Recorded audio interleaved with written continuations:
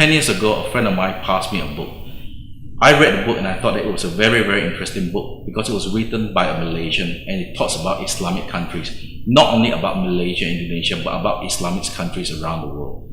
The book makes a very strong argument that Islamic countries are doomed to fail. And I'm very pleased that today we have the author of the book, Syed Akbar with us to discuss the book. Well, thank you very much for meeting me this afternoon. So I really like the book. I remember the book was given to me as a gift about 10 years ago. And I read it, I was actually pleasantly surprised that the book was actually written by a Malaysian. So in terms of our audience, maybe you can give us a brief summary of what the argument is about. Okay, thank you, James. I wrote the book in 2006, which is almost over 9 years now. The reason why I wrote the book and a short gist of what is in the book, I was concerned, I still am very concerned about the fate, the direction of the Islamic countries around the world, actually Islamic society as a whole, because Muslims tend to use one word to describe all Muslims around the world, which is the Ummah, which means the community of Muslims, of believers. So Islamic, although there are many Islamic countries, there's basically just one Islamic society.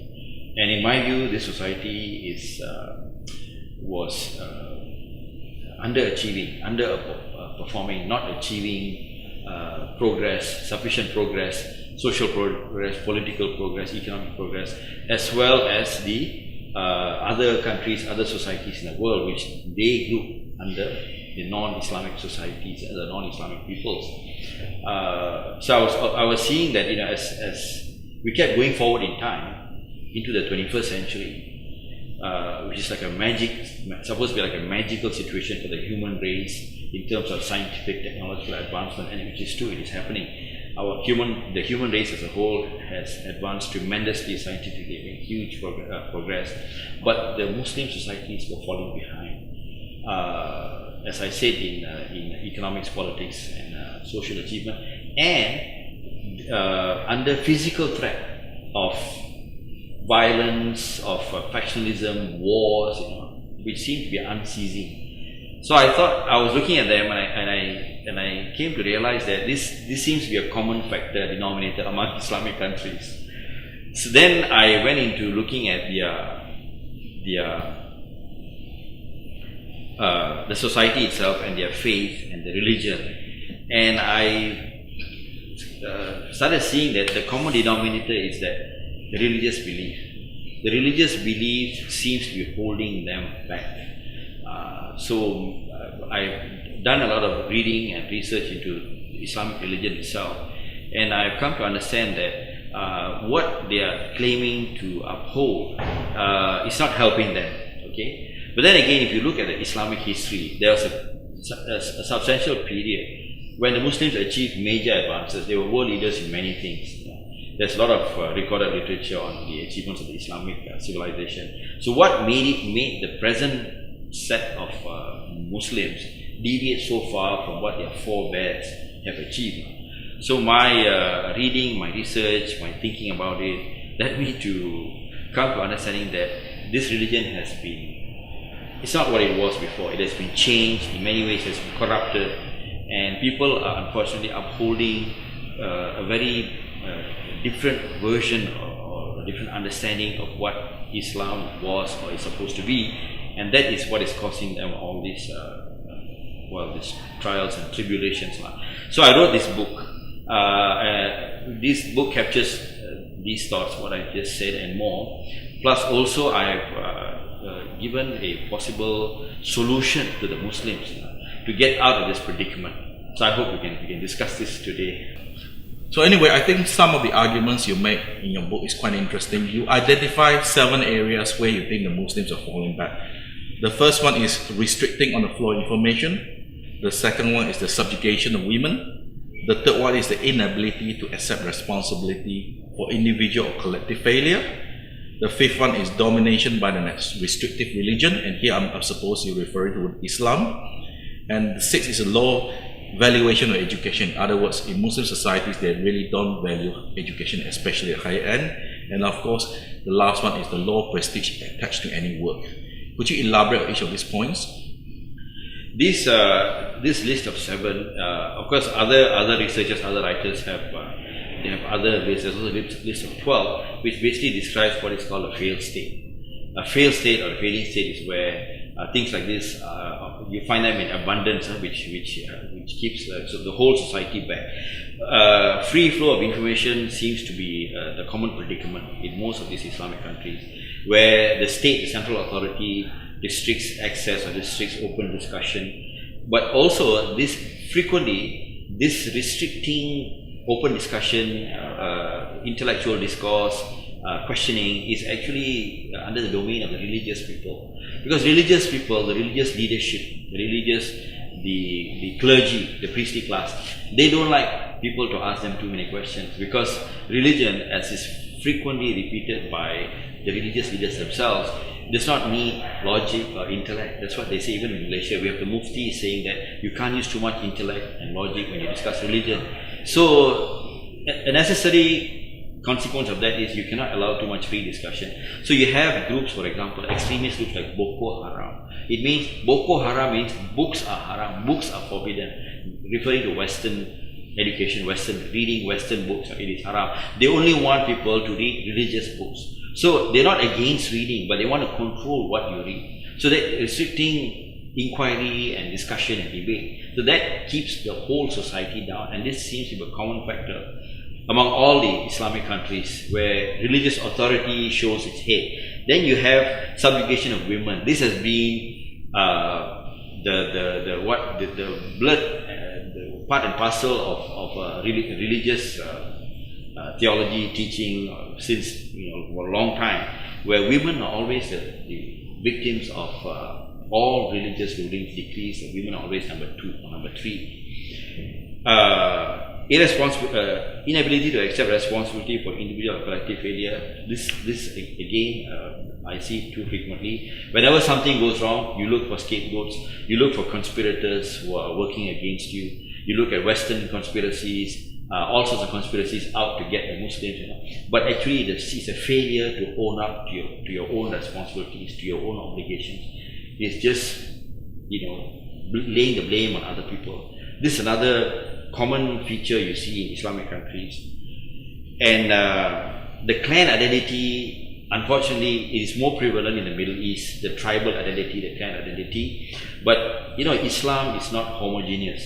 You've got the big sectarian divides. You've got the Shias and Sunnis.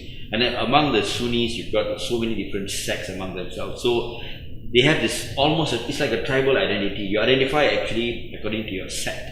So when you have differences of opinion, for example, about what Islam should be or what religion should be, basically what you're looking at is people putting forth sectarian views. So, and very often, like for example, in most countries, people who belong to a sect are also in a particular racial grouping. It happens in a lot of Islamic countries. In Malaysia, for example, the dominant sect is a Shafi'i sect, which is a subsect of the Ahlul Sunnah, the Sunnis. And I think 99.9% of the Shafi'is in Malaysia are Malays, see? So you have a racial identity, a language identity, which has its own history, and then you have this sectarian identity. So all this get jumbled up, and people at the end, they lose track of which is what they are actually. Yeah. So this is another problem. And then domination by restricted religion, I guess I am talking about that now. And low valuation of education and assignment to work. You see this in most Islamic countries, in my view, which I've mentioned in my book. There is very lower absorption of new technology, of science. The reason why I think they cannot absorb so much of science in their society, because they don't allow free inquiry. For example, in most Islamic countries, especially in Malaysia, we do not teach evolution in school. It's not discussed. In biology, they don't discuss about evolution, because it goes against religious view that God created the whole world, so you don't need to discuss about evolution. I think if you still study and discuss evolution, you don't have to believe in it, but at least argue the scientific basis behind it, or why they say something. Because it will help you to grow your mind, especially young people. It will help the young people to understand science and how to debate something or discuss something in a logical manner. So even that is you don't have access to that kind of thinking in Islamic countries at the high school level or the junior high school level. So from a very early age, you're cutting off thinking in the society. So all this adds up to make Islamic societies fail or not achieve what they can achieve. Well, the basis of book is that all these countries are what you call countries of doom. And looking back on the original thesis 10 years ago, we've seen a lot of failed states casting appear in Islamic countries, especially the Middle East. Would you agree that this sort of thing is actually also can affect countries outside the Middle East, Muslim majority countries? Well, yes, definitely, it adds up. I mean, once you find that these Islamic countries are failing, they're not able to provide their younger people what everybody desires, like a good life, a high standard of living, good education, prospects for their own children. So after the Second World War, you find that a lot of Islamic countries started becoming independent. They have now been on their own steam the last 50, 60 years. And the younger generation who were born after the Second World War, people of my age, those who were born post 1950s, 1960s, they were looking forward. They go like, okay, now we're independent countries, our great future is in front of us, we are Muslims, we're going to succeed, things like that. 30, 40, 50 years down the road, you find that your state, your government, your leadership, people whom you hope for, whom you trusted, did not deliver that to you. So you find that a lot of people become radicalized, they lose faith in the system, the leadership. Also, there's been, unfortunately, you have these failures in the system like corruption, wrong or horribly mistaken economic policies, adventurism in how to develop countries, which cause more harm than good. So you find that there's a lot of radicalization. People get fed up, they get tired, and they say that maybe we have not been Islamic enough. So they become attracted to very radical, extremist, fringe kind of thinking, and these people become the extremists. And in many countries, they have also become the violent groups, and they have resorted to violence. Fighting, war, suicide bombing, using violence as a method to achieve what they think is the right way of what the religion should be, and organized violence. So you have all these terrorist groups, and yes, it has affected all the countries around the world. You have terrorist acts by extremists, religious extremists all over the world, from Bali to Philippines to US to London to Madrid, everywhere. It affects all of us. Traveling now is so much more complicated and difficult and adds cost to us because of a few guys who blew up aeroplanes and things like that all over the world. One of the important points you made in the book, and you devoted whole chapter 11, is that many Islamic countries or so-called Islamic countries around the world actually do not practice the real religion. Can you elaborate on that point? I have from my reading from a long time ago, when I first started researching Islam and especially the Quran, as long as I grew up, I read the Quran in Arabic, in a very sing-song fashion, not understanding a word that I was reading. It was only much later, after I was in college, that I read the Quranic translation.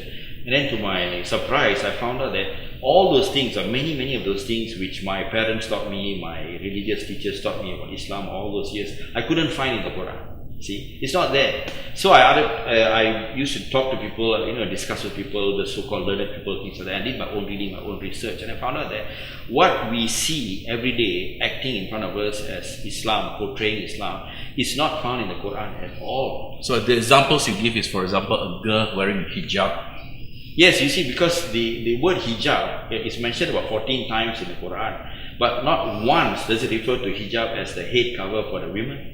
Hijab literally means a barrier, and it is used in the Quran in that fashion. It is a barrier in so many ways. Even words like hudud, the very famous hudud laws which we hear about almost every day in Malaysia, being debated every day. Hudud in the Quran does not mean these hudud laws. It means, hudud means limit, like a speed limit is called a hudud. So in the Quran, also there are about a dozen times, slightly more, where the word hudud is mentioned.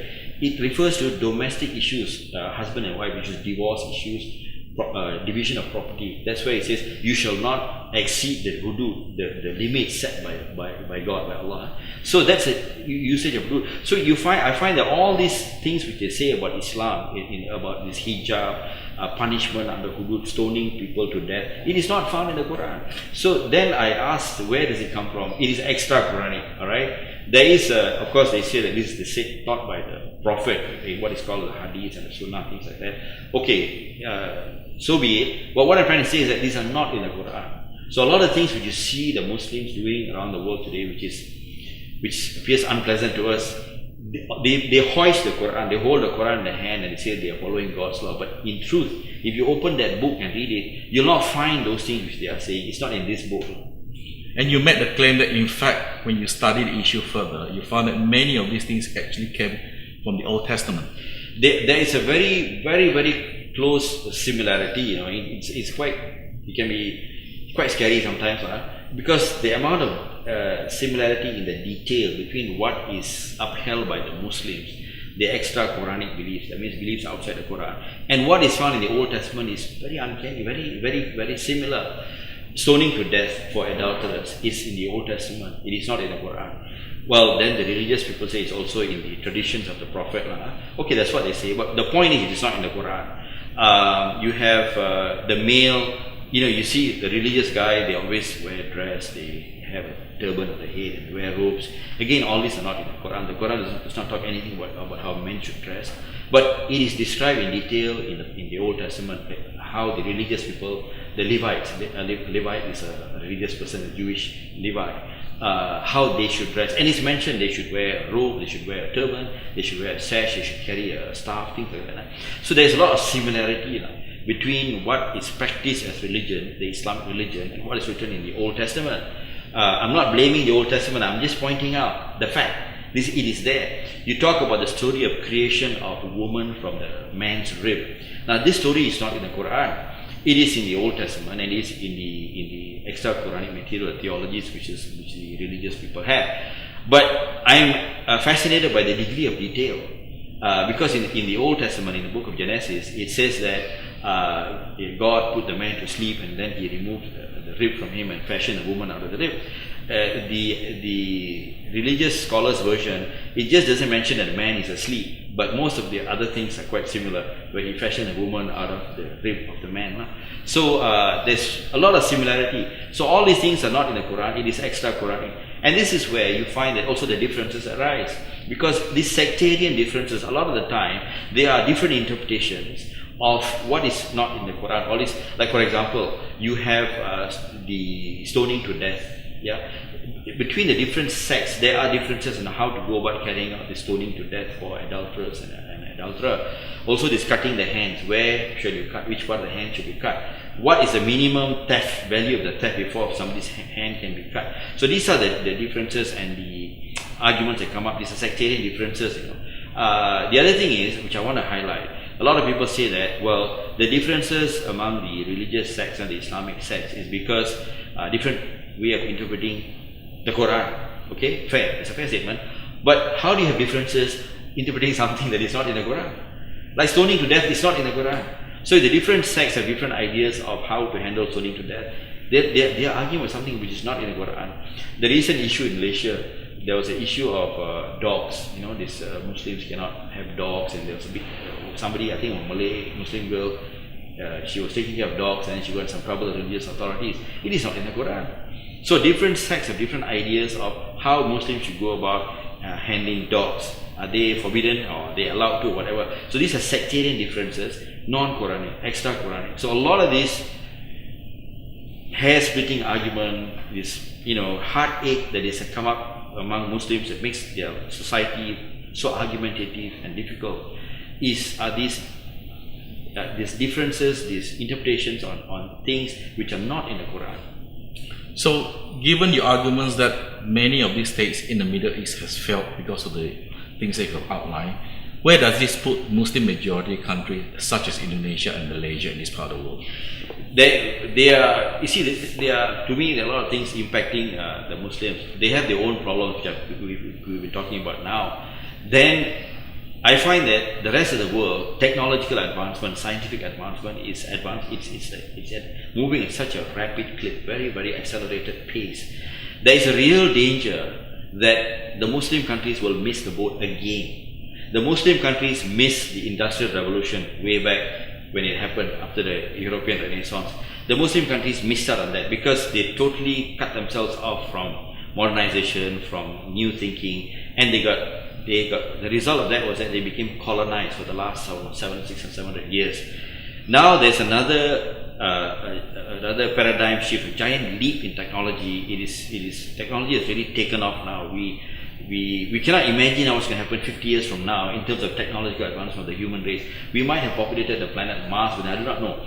But the Muslims are still falling back. They still have not come to the level of participating in free discussion, free dialogue, open inquiry, not castigating or criticizing or punishing someone for coming up with new thinking. The Muslims are still at that basic building block level, whereas the rest of the world is racing ahead. So my fear is that the Muslims are going to be left behind. They're going to be impacted by all the advancements going on around them, in the sense that there's no way that they are not going to be enslaved again. So how do Muslim countries like Malaysia and Indonesia outside the Middle East, so how do they escape this club of doom? I've always, in the book, I've always said that one of the most important things that the Muslim countries must do is that they must really open up the space for discussion. You must really open up the space to question religious authorities for what they believe or what they say, without fear of any persecution or prosecution. In Malaysia, there's something called a 356. 356 refers to 3 years jail, 5,000 fine, or 6 strokes of the rotan, the punishment in our penal system. This is if you breach anything which the religious orthodoxy considers as against their understanding of religion. If you wrote a book which criticized the orthodoxy, which criticized the accepted notions, you can be fined, you can be jailed 3 years, fined 5,000, or given 6 strokes of rotan. A classic example, the writer Qasim Ahmad. He wrote a book in 1986 which was banned. They just banned the book. Recently, he made a statement referring to that book, and he's been charged in court for saying something about a religious something, the hadith something, which the orthodoxy does not agree. So they say he is now, he is insulting Islam, or he's insulting religion, something like that. Whatever it is, bottom line is they're charging him in court, where he's subject to this 356, maximum jail of 3 years, 5,000 fine, 6 strokes of rotan. He's 80 years old. I don't think he gets the rotan. But he's being, they say prosecuted. I think this is persecution. So when you have this kind of legislation in Islamic countries, there is no way you're going to get any kind of new thinking from the society. They'll be afraid. And is this sort of law preventing people from questioning the clergy class? Is this very common in all Islamic countries? Not all Islamic countries may have written down so clearly as in Malaysia, but without a doubt, all Islamic countries, if the government doesn't go out and prosecute these people, the society itself will persecute them. So you find in Egypt, you find in other countries, village mobs have attacked writers, or people on the street have, gathered and expressed anger and violence at newspapers, or usually writers and thinkers who say things which they don't like, So the community sort of acts as its own policeman to prevent any kind of questioning, to prevent any kind of new thinking, because this is what has always been taught by the clergy. This is part and parcel of religious education, religious indoctrination in all Islamic countries. You ask a question that is out of line, which is outside the norms, which is against orthodoxy, you pay the price. If this is the case, then Malaysia and Indonesia will be problematic in the coming years. If it persists, I see that this will be a problem. If the rest of the world does not progress and remains stationary, it's not so bad. But the rest of the world is progressing at light speed. And if the rest of the Muslims in Malaysia, Indonesia, do not wake up and understand this, then they are just going to regress more and more. And the only way they can find some inner peace, I'm talking about the authorities, is to exercise more of their power. So no clear solutions. No clear solution, but I find my suggestion is that we have to open up the space and the room for discussion, for questioning. And one way of doing that is we have to abolish these laws. We have to abolish restrictive laws which restrict Muslims You see, the non-Muslims are lucky, you don't have these kind of laws against you. The Muslims have to abolish these kind of laws which seek to prosecute them legally, prosecute them for just questioning and saying things which is deemed as not right by the religious orthodoxy. So we have to abolish these laws, otherwise the Muslims cannot grow. Well, thank you very much, Syed. Thank you very much for coming this afternoon to share your thoughts with us. When I read the book 10 years ago, I thought it was a very, very important book, and I've been trying to get you since then to come in and have a chat about it. But I thought a good time to do it was after 10 years to see whether your idea stand up to the test of time. So thank you again. Thank you. Thank you so much. Thank you so much.